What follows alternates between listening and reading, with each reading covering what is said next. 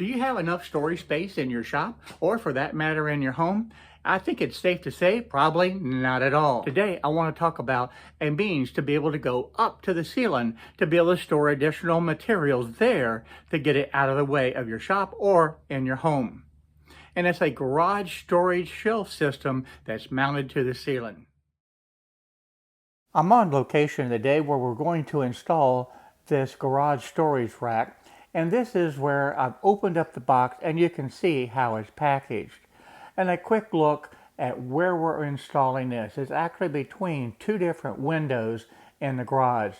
The ceiling height is actually 10 feet, and if you have a ceiling higher, you can still use this. As far as the capacity, this is the 3 foot by 6 foot, and it's weight rated at 550 pounds. And you can see for the different sizes that are available, the different weights. At this point, I went ahead and laid out everything on the driveway that comes with this kit. You have the 3 grates to be able to install, you have all the brackets that you need, and it comes complete with the hardware with all the different screws. You also have 2 brackets there that you can install a bicycle underneath this storage rack to be able to get it up off the floor also. As far as the assembly of this, is really pretty straightforward. The one thing I'll tell you up front, this manual does not give you a lot of information. What I can tell you is that the manual will give you a good guideline, but quite frankly, you're going to have to be able to make some of the decisions on your own when you're installing this rack. I said earlier I wanted to be able to put this rack between these 2 windows. Well, unfortunately, the track for this overhead garage door was too long and we had to cut it off. So it's literally just a matter of taking off this bracket that was mounted to the ceiling that holds the overhead door track and move it. And we had to move it roughly about 18 inches to be able to give us enough room to be able to install the garage overhead storage rack. Now this is not difficult to do, you just need to be able to take your time, and we did have a support underneath the track so that it stayed at the same height and did not move. And that made things a little bit easier during the transitioning when we moved this bracket. But once the bracket was moved, you can see the excess amount of track there, and all that was left was to be able to cut that off with the Sawzall. Now you can see the completed remodel, if you will, of the garage door track, and that gives us plenty of room now to be able to install this overhead storage rack right in this space between the 2 windows. One of the really nice features to have in this kit is this tape. This tape, although it's not necessary, it is a really nice convenience. You can put this on the ceiling exactly where you want it. The red line that you see on this end as well as on the other end gives you the exact location for the vertical bars that need to be installed. So you can move this tape left and right to be able to get the location precisely where you want it. Then you have 2 short pieces of tape, and you can just simply use the square to be able to line it. It doesn't have to be perfect, but it needs to be close, and that square works out just fine, and you can tape that. And again, this marks the other end of the location where the bracket is going to be mounted. And like I said, that's on both ends. Now we changed it from the instructions. We put this at the red line. The instructions actually call for it to be put at the very end. So again, we modified that slightly, and we did that primarily because the garage door would be in the way. That second piece of tape now goes up, and it forms the perfect square and gives you the exact location where you need to drill the holes and mount the various brackets. And just as a reminder, you can also see all the holes that mimic the angle iron bracket that is mounted to the ceiling. And again, that really helps when it comes time to drill the holes. Now the ceiling joists are 16 inches on center. Unfortunately, the holes in this bracket are not perfectly aligned to accommodate the 16 inches on the center. So we had to adjust that a little bit as well. But even though we had these little small problems like this, having this tape mounted to the ceiling still really made it much easier to be able to drill all the holes. The holes themselves were drilled at the 16 inches on center, exactly where it needs to be, and we wanted to make sure that that provided the most support possible. And again, having the tape up here on the wall made it where this was literally a one-step operation. All of the holes could be drilled at the same time to know exactly where the brackets were going to be located. And the good thing about it is, with a little bit of planning, we hit dead center on every single ceiling joist without incident. To be able to mount this, in the kit it provides you these lag screws. It also has these yellow anchors. Quite frankly, I would not recommend using this unless you're going to go into a concrete wall or some type of a structure of that manner, because other than that, if you did this in a sheetrock wall like we have here, those would not work. So these lag screws are 10 millimeter head. You also have this for a Phillips, but I would not recommend this. I would definitely use a 10 millimeter to be able to screw this in. You notice on the bracket that we're putting on the ceiling, it has the elongated slot. That's the direction we use rather than flipping it over and going the other direction. It worked much better because, again, this layout was not really designed for this 16 inches on center. But you can see that this absolutely worked out perfect, and it gave us the opportunity that we could slide this bracket, if need be, left and right just enough to be able to accommodate to screw these lag screws in. The red line is the exact location on where the vertical uprights were going to be, and that still worked perfectly.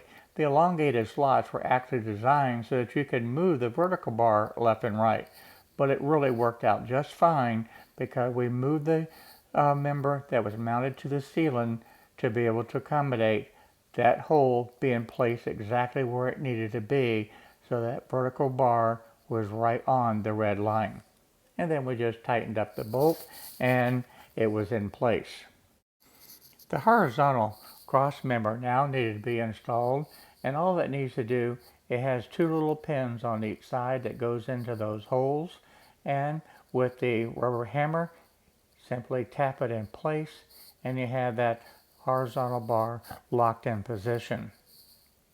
One thing I want to point out, on these vertical bars that come down, you want to make sure that these holes are oriented correctly. You have the large portion of the hole on top, and the smaller portion of that hole that creates that slot has to be facing down. That way, when you put in this horizontal cross member, you need to be able to just align these two pins on each side, and then it will slide directly down and lock into that vertical portion of those holes. Having a rubber hammer to be able to tap this in place is very, very important, because you don't want to damage the horizontal member with a regular hammer and scratch that paint. The next portion of this is to put on the horizontal member for the 6-foot span. Now this comes in two different sections and you have to bolt it together. There's 6 different bolts that you need to put on, and you have the washer to be able to put on one side, but on the side with the nut you do not need to have a washer. The nut itself has a flange on it that makes it where a washer is not required. The next thing I want to say, as far as these bolts themselves, they are not the strongest bolts in the world, and they will strip out. Now I used the powered ratchet on here, and yes, I did strip out one of the bolts.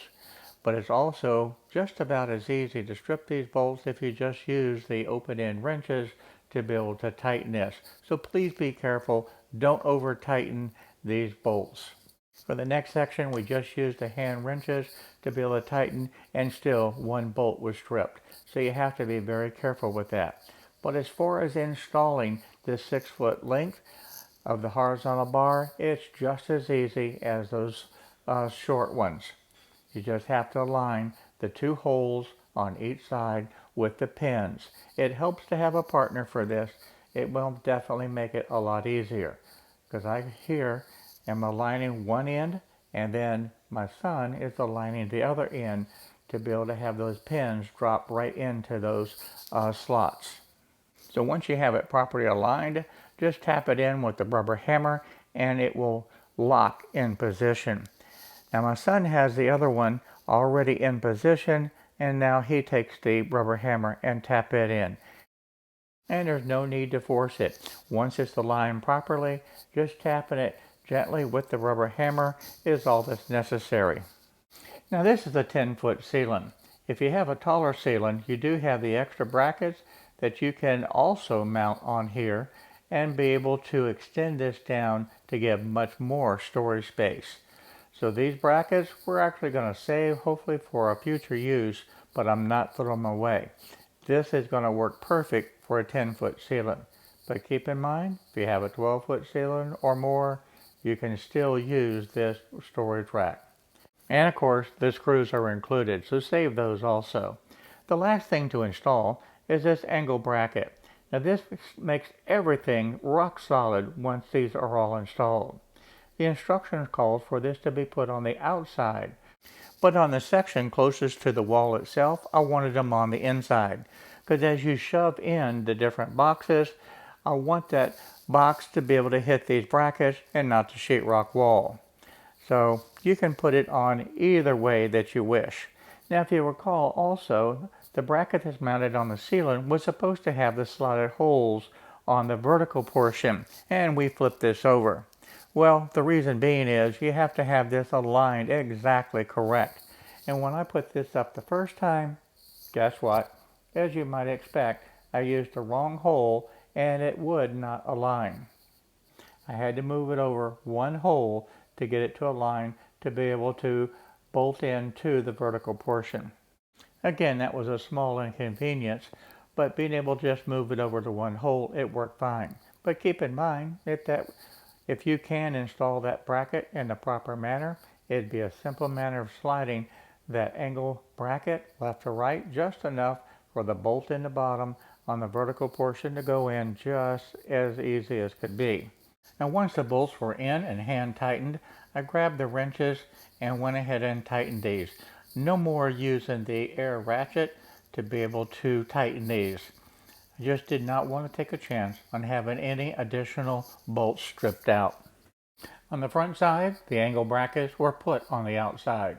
That makes it where you can slide your boxes in and out without having any obstructions.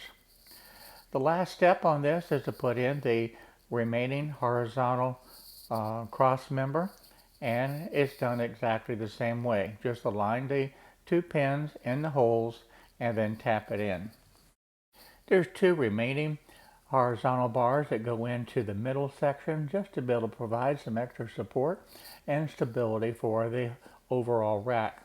And again, it's the same thing. There's two pins and the two slots just line up, and then you can just tap them in place.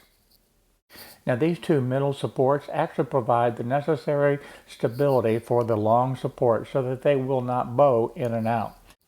The wire shelves go in next, the frame's complete. You have this extra flange on the outside that is resting on top of the support. Make sure that you put that on the outside and it rests on top of the support. Now there's two of those. One goes on the left side, one goes on the right side. The center one does not have that extra piece. And that just simply drops into position, and it's time for the second one. Now this is the middle piece, and just remember, this one does not have that extra piece. It's just a straight shelf on each side. And this is the one that drops down into the middle section. I'm going to reposition the ladder and put the last one in. And you can see on the left side there, that extra little piece of the metal that comes out for that shelf. And that gives that support that you need to be able to rest on top of that short horizontal cross member. Now these shelves just drop in, there's no bolts, anything that's necessary to keep these in place. I mentioned at the very beginning that we had an extra couple of brackets that you could literally hang a bicycle. Well, this just slips right over on top of the wire rack and drops in place. And then you can flip the bicycle upside down and hook it onto this hook. And of course you have two of these to be able to hold the bicycle, or quite frankly, anything else that you want. So here's the completed shelf, ready to be able to load up with all of the stuff that used to be on the floor in the shop. Well, the VEVOR overhead garage rack is completely installed, and at this point is full of all different types of boxes, which is great because that cleared up the floor space that we needed to be able to have in that garage. Now, one of the things that I want to point out to you, in the description below, I do have a link that you can take a look at this, and there's a discount code there should you decide to purchase one. I want to thank everybody for watching this video today. I hope it helped you out. And if you have a storage problem and you have the ceilings height that you need, this is a perfect way to be able to get that stuff off the floor, up on the ceiling, and out of the way. But yet, it's close enough so that when you need it, it's easy to grab the box that you need and pull it down. Again, I want to thank everybody for watching this video today. I really appreciate everyone watching the videos and participating in the channel. And if you like the video, by all means, please give me a thumbs up, and don't forget, hit that little subscribe button down below and the bell notification next to it so that you won't miss out on the different videos that I'm uploading. And one of the things that I want to say, again, I thank everyone for watching and supporting this channel, especially my Patreons. It's critical to be able to have the support of everybody to be able to make this channel a success. It wouldn't be here without you. So until next time, I look forward to seeing each and every one of you in the next video. So bye-bye. Can't wait to see you in the shop real soon.